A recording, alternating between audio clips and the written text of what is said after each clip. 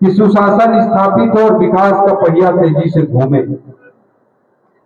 13 दिसंबर 2023 को सरकार का शपथ ग्रहण हुआ और मात्र 12 दिन बाद तारीख आई अटल जी के जयंती की तारीख, और उस दिन अपने संकल्प पत्र के अनुसार 2 साल का बोनस के रूप में 13 लाख किसान भाइयों को 3,716 करोड़ रुपया हमारी सरकार ने ट्रांसफर करने का काम किया। 2 महीने का समय और बीता, धान खरीदी उस समय चल रही थी और मोदी की गारंटी के अनुरूप 1 एकड़ खेत पर 21 क्विंटल धान की खरीदी 3100 रुपए के हिसाब से खरीदी और एक मुफ्त भुगतान अंतर की राशि का, ये सुनिश्चित करने का काम हमारी सरकार ने हमारे मुख्यमंत्री जी के नेतृत्व में पूरा किया। पिछले साल 2023-24 की धान खरीदी में एक साथ अंतर की राशि 24,72,000 किसान भाइयों के खाते में 13,320 करोड़ रुपया अंतर की राशि ट्रांसफर की गई। इस साल की धान खरीदी में धान का भुगतान 3100 रुपए के हिसाब से हुआ, 21 क्विंटल के हिसाब से खरीदी हुई और अंतर की राशि धान खरीदी के मात्र 7 दिन बाद 7 फरवरी की तारीख को 12,000 करोड़ रुपया एक साथ 25 लाख से अधिक किसान भाइयों के खाते में 12,000 करोड़ रुपया भुगतान किया। देश में अगर किसानों को इतना अधिक भुगतान की दृष्टि से देखा जाए तो पूरे देश में छत्तीसगढ़ नंबर 1 का राज्य है। 1.25 साल का समय हुआ है तो किसान भाइयों को अंतरित सभी प्रकार के योजनाओं की राशि को हम गिने 1 लाख करोड़ रुपए से अधिक की राशि किसान भाइयों के खाते में भेजी जाती है। मजदूर साथियों को लगता है कि हमारे लिए क्या, उनके लिए दीनदयाल उपाध्याय भूमिहीन कृषक मजदूर योजना संचालित हो रही है और 5,62,000 मजदूर भाइयों के खाते में 10,000 रुपया उनके खाते में डालने का काम हमारी सरकार ने किया है। रामलला दर्शन योजना सांस्कृतिक रूप से बहुत महत्व की योजना मैं मानता हूं। माता कौशल्या हमारे छत्तीसगढ़ की बेटी थी, प्रभु श्री रामचंद्र जी हमारे छत्तीसगढ़ के भांचा है। राम किसी के लिए श्री राम है, किसी के लिए जगत के सबसे बड़े भगवान हैं, लेकिन हमारे छत्तीसगढ़ के जन जन के लिए वो भांचा रहा। छत्तीसगढ़ एकमात्र ऐसा राज्य है जहां भांचा के पैर छुए जाते हैं, इसलिए क्योंकि हम भांचा को राम के रूप में देखते हैं।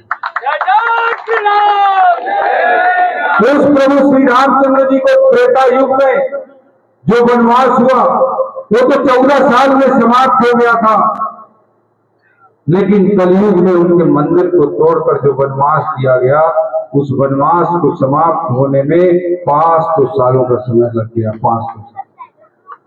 आज 500 सालों की इस वनवास को युग पुरुष हमारे प्रधानमंत्री नरेंद्र मोदी जी के पाद से समाप्त किया गया और बड़े गर्व के साथ मैं बताना चाहता हूं कि हमारे छत्तीसगढ़ के प्रभु श्री रामचंद्र जी के श्रद्धालुओं के लिए हमारी सरकार रामलला दर्शन योजना चलाने का काम कर रही है। अभी कुंभ हुआ, कुंभ में हमारी सरकार ने लगभग 5 एकड़ एरिया में पवेलियन का निर्माण किया ताकि हमारे छत्तीसगढ़ के सनातनी साथियों को कुंभ जाने पर कुछ सुविधा हो सके, उनको रुकने खाने की व्यवस्था हो सके। और बड़े गर्व और खुशी के साथ मैं कहना चाहता हूं कि हमारे 1.25 लाख छत्तीसगढ़ के श्रद्धालुओं को, सनातनियों को हमारी सरकार ने कुंभ में पवेलियन बनाकर रुकाने का काम किया। पैसे बड़ी बड़ी बात नहीं होती, लेकिन किसी सरकार की सोच, सनातन के प्रति उसका समर्पण इन बातों से दिखाई देता है। आज मैं इस अवसर पर कहना चाहता हूं कि सनातन को आगे बढ़ाने के लिए, हमारे सभी छत्तीसगढ़ की संस्कृति को आगे बढ़ाने के लिए हम प्रतिबद्ध होकर प्रयास करते रहे। इस तरह की योजनाएं चाहे कुंभ से संबंधित हो, चाहे रामलीला दर्शन से संबंधित हो, हमारी सरकार ला रही है और लाती रहेगी। इस बात का मैं आप सबको आश्वासन देता हूं। आज हमारे छत्तीसगढ़ में माताओं बहनों के लिए पूरे देश में सबसे ज्यादा कवरेज के साथ कोई योजना चल रही है तो हमारे छत्तीसगढ़ की महतारी वंदन योजना है। 70 लाख माताओं बहनों को इस योजना का हम लाभ दे रहे हैं।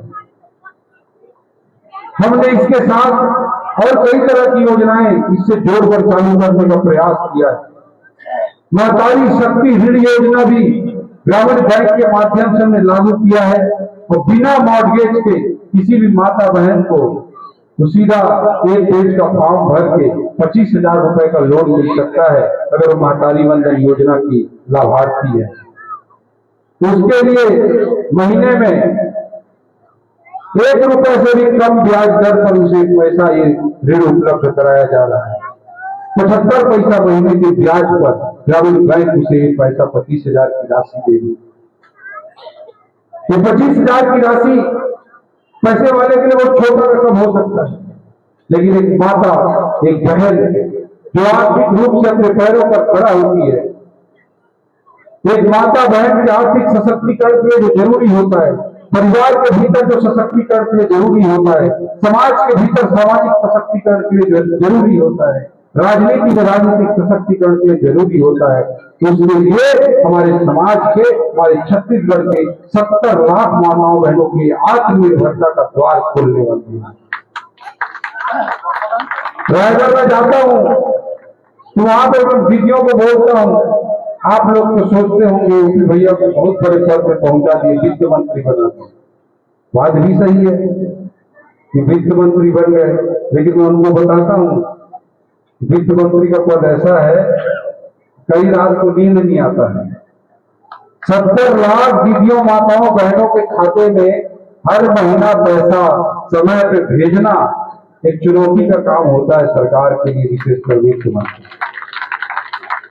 लेकिन 65,000 के आशीर्वाद की ताकत है, जिस ताकत के दम पर चाहे पूरा दिन मेहनत करना पड़े, पूरी रात जागनी पड़े, एक भी महीना महतारी वंदन योजना का पैसा पहुंचने में विलंब नहीं होता है। कि आप सब लोगों का आशीर्वाद। आज हम सब लोग संकल्प लें कि सब लोग मिल करके हमारे छत्तीसगढ़ को आगे बढ़ाने का काम करेंगे। आज मैं सारंगढ़ बिलाईगढ़ जिले की धरती पर सारंगढ़ में खड़ा होकर कहना चाहता हूं कि यहाँ के विकास के लिए जिस भी प्रकार की जरूरत होगी हमारे साथियों के अगुवाई में, आप सबकी अगुवाई में हम सब लोग काम करेंगे। निश्चित रूप से जिला बना है, लेकिन मैं कोई आरोप प्रत्यारोप के लिए नहीं कह रहा हूं।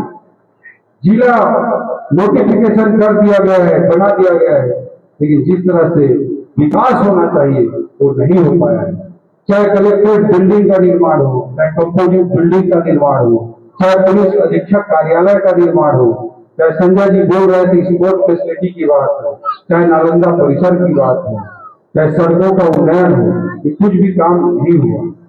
तो मैं इतना कहना चाहता हूँ कि सारंगढ़ बिलाईगढ़ जिला तो नाम के लिए चाहे कोई भी बनाया हो, आप लोग क्रेडिट चाहे किसी को भी दें, इसके विकास की जिम्मेदारी हम लेंगे, ये बात आपको कहना।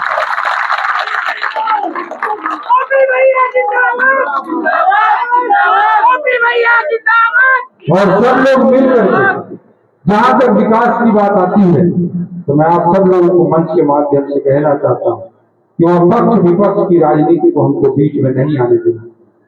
हमको विकास की राजनीति करनी है और सारंगढ़ बिलाईगढ़ जिले को विकास की नई ऊंचाई पर पहुंचाने के लिए सब लोग समर्पित होकर पक्ष और प्रतिपक्ष सभी लोग मिलकर, शासन के साथ मिलकर, प्रशासन के साथ मिलकर, कलेक्टर एसपी के साथ मिलकर विकास की प्रक्रिया को आगे बढ़ाएंगे।